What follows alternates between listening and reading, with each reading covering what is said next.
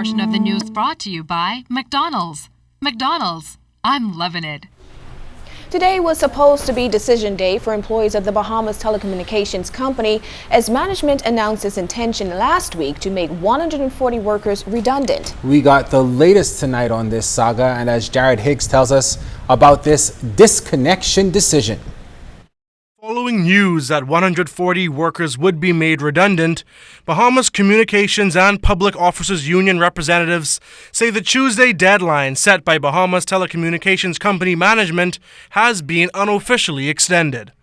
Speaking to the media at the union headquarters Tuesday afternoon, BCPOU President Bernard Evans confirmed his union is seeking legal protection. We'll file an injunction. We hope to have that in our possession in the company, get notification of it, if not by the end of the day, first thing in the morning. Our hope is that the company will not be able to carry out their wishes in terms of outsourcing staff because they have not followed the letter of the terms of agreement which relates to redundancies. Without expanding on the details of BTC's offer, Evans says progress was made in relation to employees separating from the company. However, the overall deal is still unacceptable. While we received our latest proposal from management just yesterday, it still falls short. We are pleased with what they offered to the exiting employees. However, for those remaining, there's still a number of outstanding issues that we have to kind of conclude. But the offer to try and put the two together is somewhat unfair. It's unfair for those who remain. But we do appreciate the offer and the gesture made by the BTC for those who are exiting the company. Mr. Evans also responded to criticisms by Labor Minister the Honorable Shane Gibson, who accused Evans of not doing his job properly. During the minister's 10 years as president, never before had to face a foreign entity such as Cable and Wireless. He dealt strictly with the government, as government was the sole owner of Pt.2 at the time. And so we're dealing with a monster in Cable and Wireless that the minister never had to face. So for the minister to say that we ought to do our work, or I ought to do my work, we have done it. We've been very, very professional with it. And I think it's almost ridiculous for him to make the kind of statement that he made.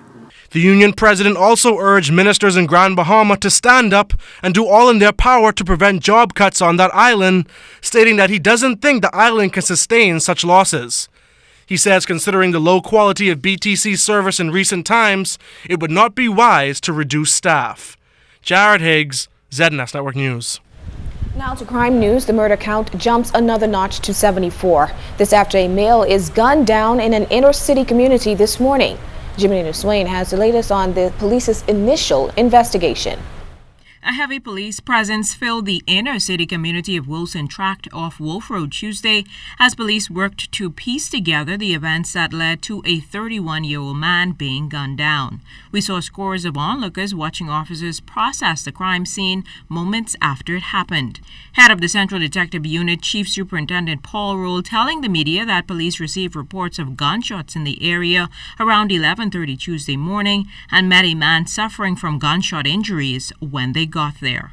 Our preliminary information is that this young man was walking through a track road along with another male when it appears as though there was some exchange of words between both of them when the young man that was along with him produced a handgun and began discharging shots into his direction.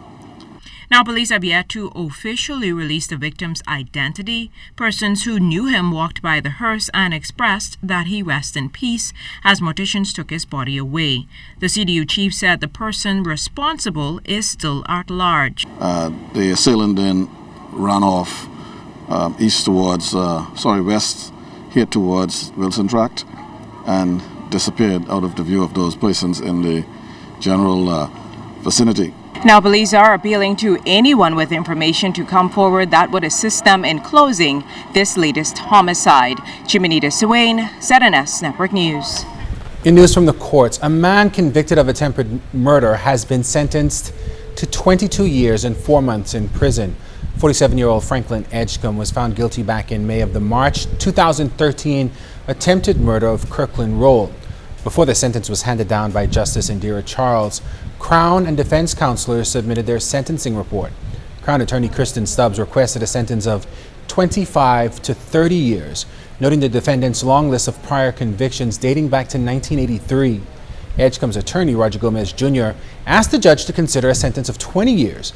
In his argument, he said that his client is still a young man capable of being rehabilitated. In handing down her sentence, Justice Charles called Edgecombe's criminal past, in her words, atrocious, highlighting concerns for several convictions for possessing unlicensed firearm and ammunition. With the 28 months Edgecombe spent on remand accounted for, he will serve the remaining 20 years starting on the date of his conviction. In addition to his sentence, Justice Charles also ordered the convict to undergo treatment for substance abuse and anger management issues. This portion of the news was brought to you by McDonald's. McDonald's, I'm loving it.